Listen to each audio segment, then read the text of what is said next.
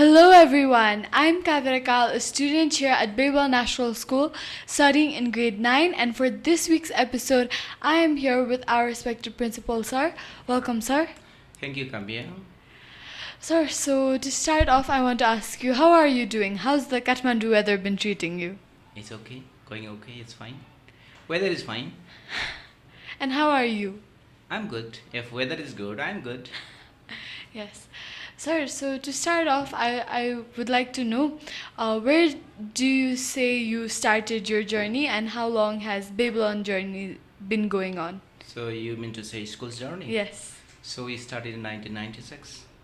It's been 3 decades, right? Yes. Right?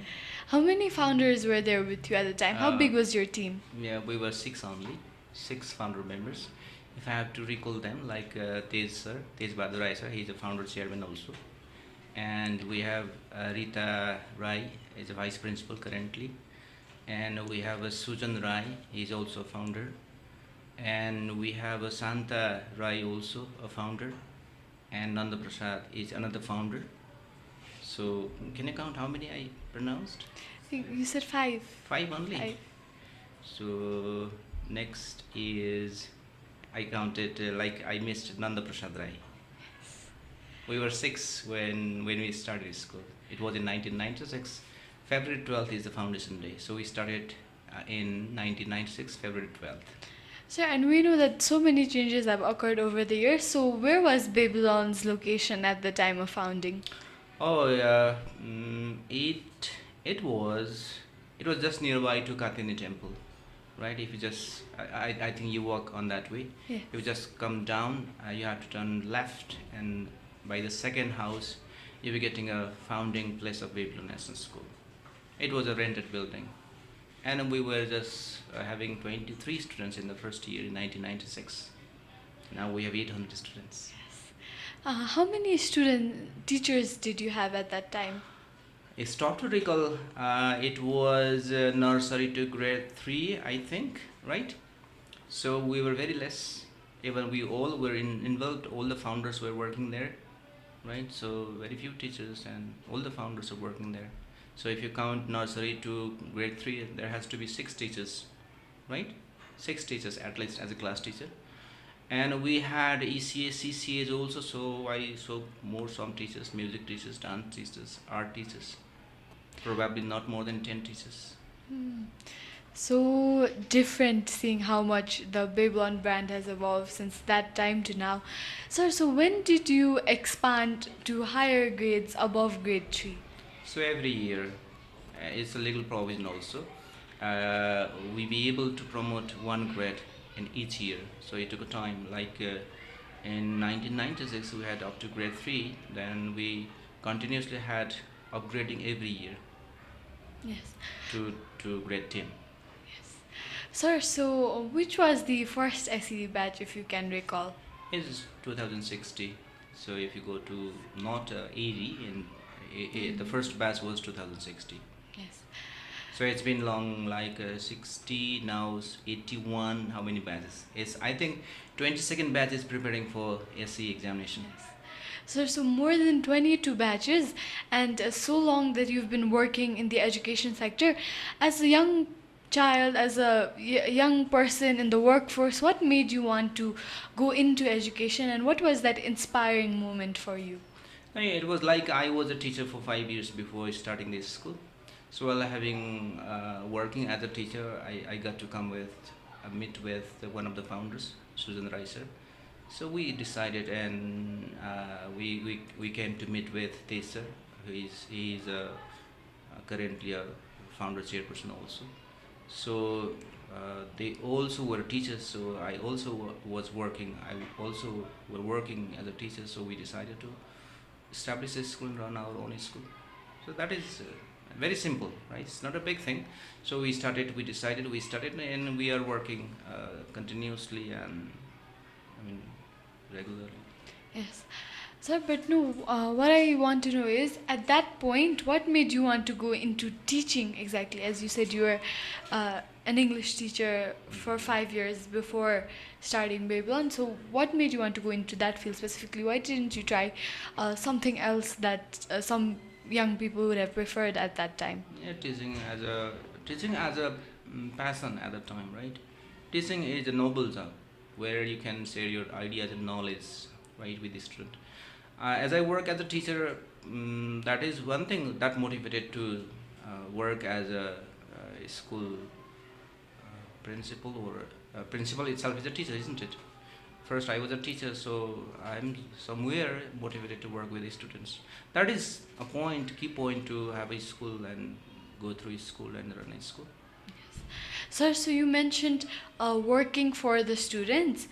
How has your perception on teacher-student relationships and how they interact with each other over time changed?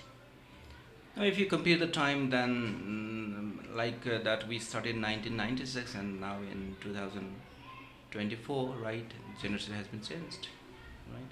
So if you talk about millennials and Alpha G, Gen Z, Alpha, Gen, all these things has differences, different qualities and characteristics. So when we started in 1996, that was a time where ICT were less taught, right? Presently, ICT has been kept in the front, right? If you even be a teacher, you need to be competently friendly with the ICT and work with the ICT.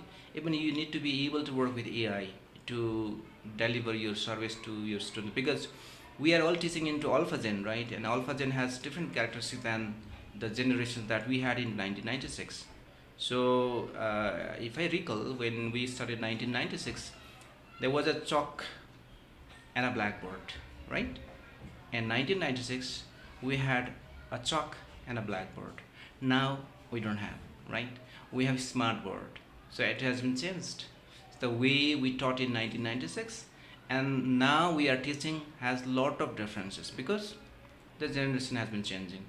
And education itself is very dynamic stuff. It's not static, right? It keeps on moving and changing. So to work with this, different kind of the let's say the paradigm, I think teacher has to be always updated. So that is what I think is students' generation has been changed. As per students' generation has been changed, a teacher also has to change to cope with the student. Yes. So that is a relation. You talk about what kind of relation there has to be with a teacher and student, right? Is teacher nowadays not has to be limited with teaching only, has to be a mentor also. If you try to be as a teacher, if you try to be a mentor, you be successing in your career. Otherwise, it's tough to teach. Yes. So I really did like you pointing out that education is a dynamic process. It is never static. So one thing that we know at Babylon is that the school is really trying to cultivate a reading culture here because of the book reviews and various projects we do aside from the core curriculum.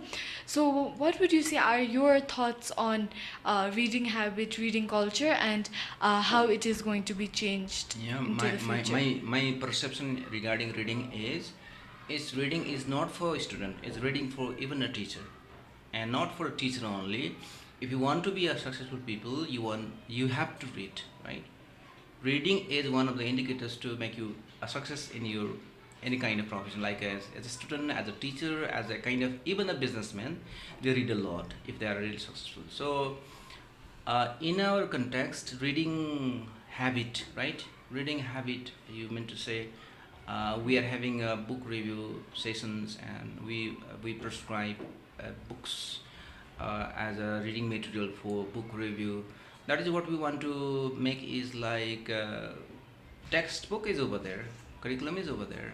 Apart from, there are plenty of things you can learn, and one of the ways you learn from is the book.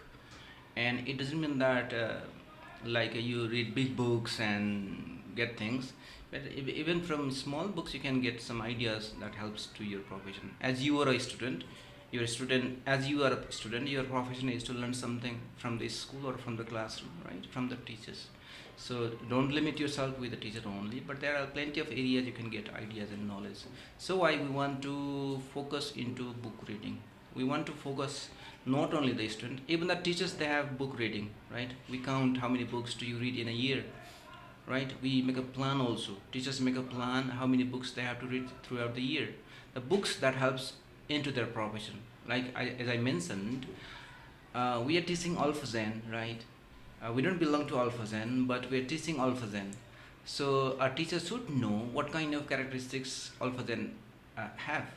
And as per their characteristics, you need to be prepared for transferring a knowledge. And a transferring knowledge is not easy, sir. It's very tough, isn't it? So to cope with those situations, I need to be able to prepare to transfer my knowledge to you. So when I be able to transfer it, when you be able to receive it, isn't it? So if you be able to receive the knowledge that I deliver or give you, then only you be able to learn from your teacher. So teacher has to transform themselves. So one of the ways to transform is to have plenty of reading books. That helps into their profession. As a teacher, we talk about curriculum, we talk about psychology, we talk about different paradigm of education. I mean the recent issues and trends of education that has to be have read by the teacher so that he will be or she will be able to transfer the knowledge to the Alpha Zen. So why there is a meaning and importance of reading books. Yeah, so I did especially like that point where you said that there is so much to learn, not just from big books, but from small books as well. Even if they're short, even if they're written in some simple language, there is still something we can learn and we can gain from them. So I really do like that idea and that mindset of you can learn anything from any source. You just have to learn how to differentiate and take it in a positive way. That's good. So should I ask one question to you? Yes, sir. How many books do you read in a year? In a year, so last year I had quite less. Last year I had only around 25. That's But the very previous year, when I was in grade 7, I had 52. That That's was a very really big year for me. And That's really and good. this year I'm on 11 right now. It's June and I'm on book 11. That's good.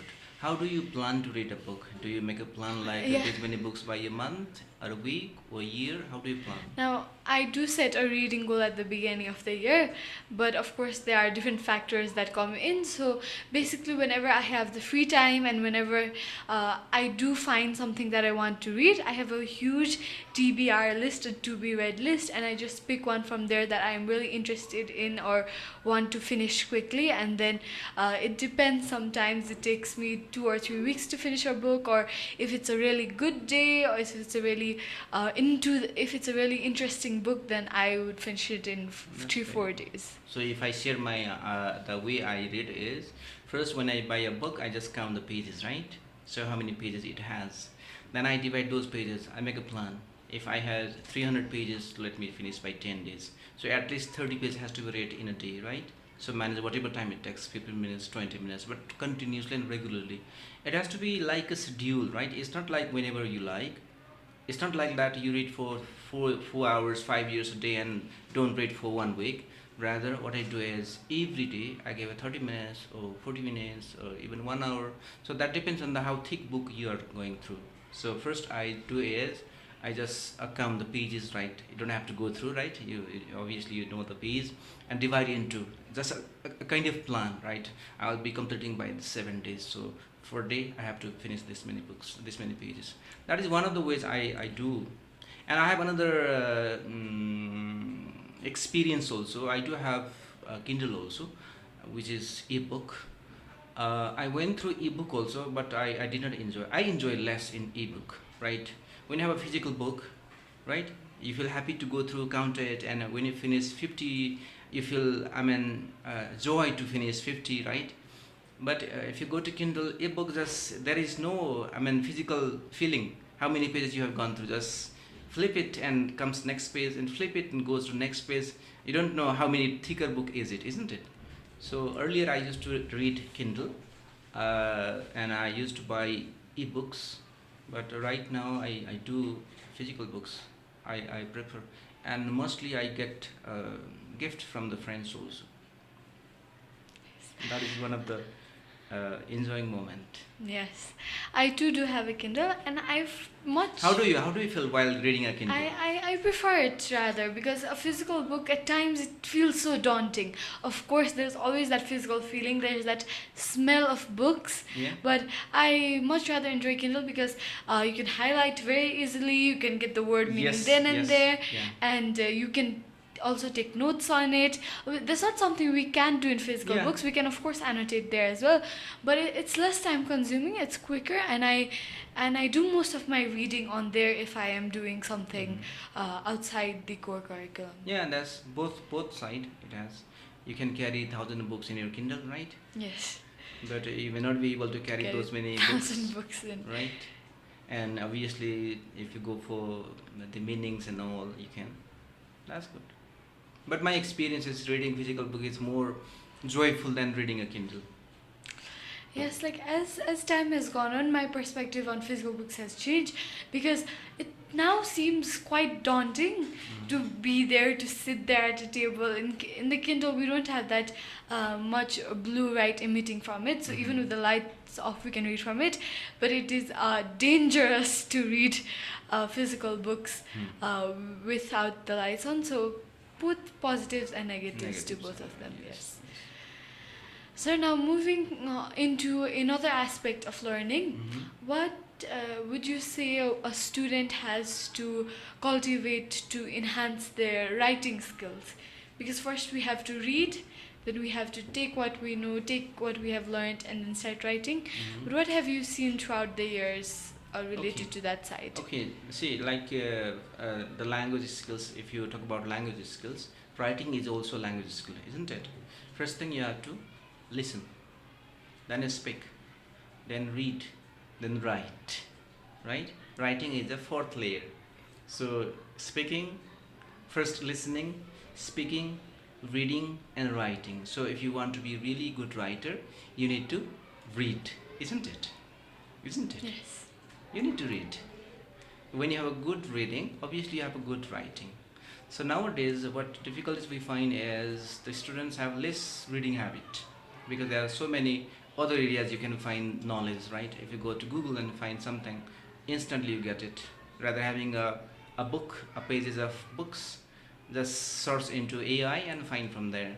You get easily, but instantly you forget also. So we prefer reading, right? When you read, you visualize also, isn't it? When you read some content, what happens? You visualize in your mind, isn't it? So reading is a must for good writing. So obviously, as I mentioned, we have a less habit of reading. Rather, there are a lot of internet things which is killing our time. We go to Insta, we go to Facebook, we go to other areas, and we waste our time, because there are plenty of unnecessary stuff you get into social media, which is not necessary for you, and it's not designed as per your ease also sometimes, isn't it? I discourage our students, school students, to go and search in the Google and find the answers, because stuff is there in your textbook, because this is not a research level kind of study in the school level. So basic things are there. So the thing is, though we have good things into internet if you explore, but at the same time it is killing our time, where our learning achievement level is going down, because we less study, we less read, and obviously we less write. As I mentioned earlier, if you don't have good reading, you will have obviously not good writing, isn't it? For good writing, you have to have good reading. Yes, sir. So moving more towards into the Babylon side, what are some things that you have seen done by your alumni, your students, that have really made you proud and made you feel like, oh, we really did change something, we really did produce good quality students? Are there any few examples that you could share with us? There are so many examples. Like the first batch of AC was 2016. Now this is 2081. It's been 21 years, right? So all those alumni are in the market, right? They are in the society. Many of them have completed their degrees and they are in the society. They are professional now. right? And we love them, we feel proud of seeing them. All they are in the society, right? Some they are into medical, some they are into engineering, some they are into civil service also, and many of them are abroad studying, and I mean they are in their real life. So we feel proud and we feel happy as a teacher, right? I don't think like notably he is good and she is good, she is not or he is not. All they are equal to us, right? And they are doing their best in the society. We feel happy. You be also alumni by 2 3 years, and Yes. right, you be somewhere in the society, and what we feel is we feel proud of you, right? So the satisfaction that we get as a teacher is they are all in the society and they're working, they're supporting, they're doing the business, they're working somewhere, and we find them and they keep a good respect. As a teacher, the abstract satisfaction that we get is that students they give a respect, huge respect. That is what a teacher is satisfied by the students. That makes what makes happy to teachers. Sir, and since we're on the topic of future, what could you say that are the goals and are the plans that you are working for within this year to make Babylon a better place than it already is, and to continue enhancing and developing here? Now, as I mentioned earlier, like education is a dynamic stuff. It keeps on changing, right? And you know, like that, how IT is multiplying the things, isn't it? IT is multiplying as that we have not imagined, has been going ahead very fast, and we need to tap. The time is the first challenge to us. So this, like this example for you, why we are doing the KitCast is to enhance you. That is, a time is demanding.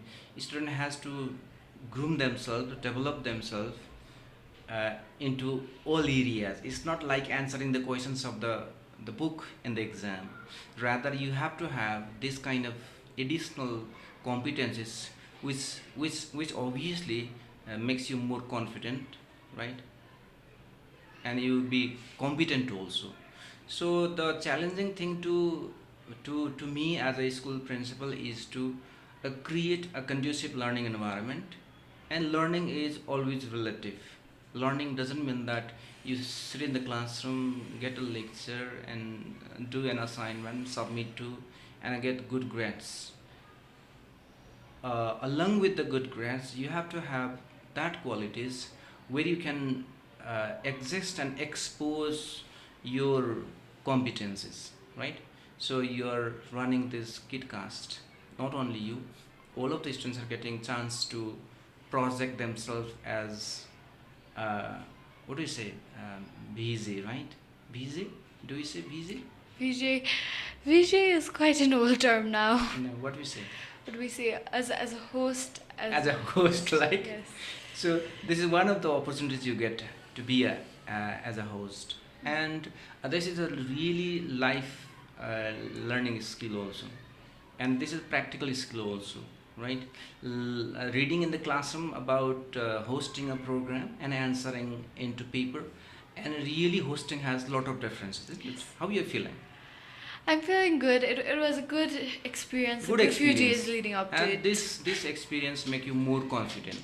So this kind of things we have to do. This is one of the challenges, and this is the program also. We want to include all the students into all the areas, because you know, like only school is a place where you get plenty of areas to groom yourself.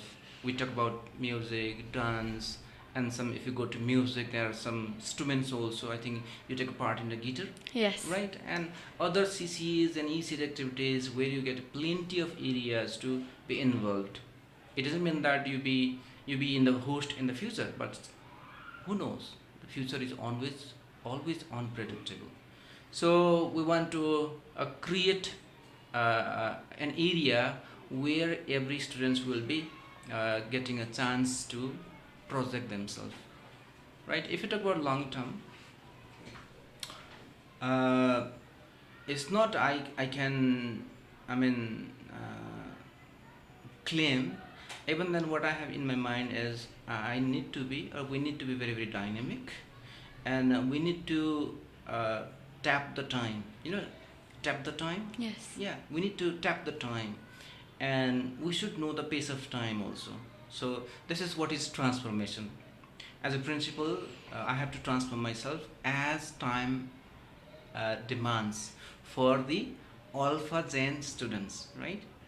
Yes. Right, and you know what Alpha Zen is. So I need to be, and we need to make our institution be able to tap the demand of Alpha Zen.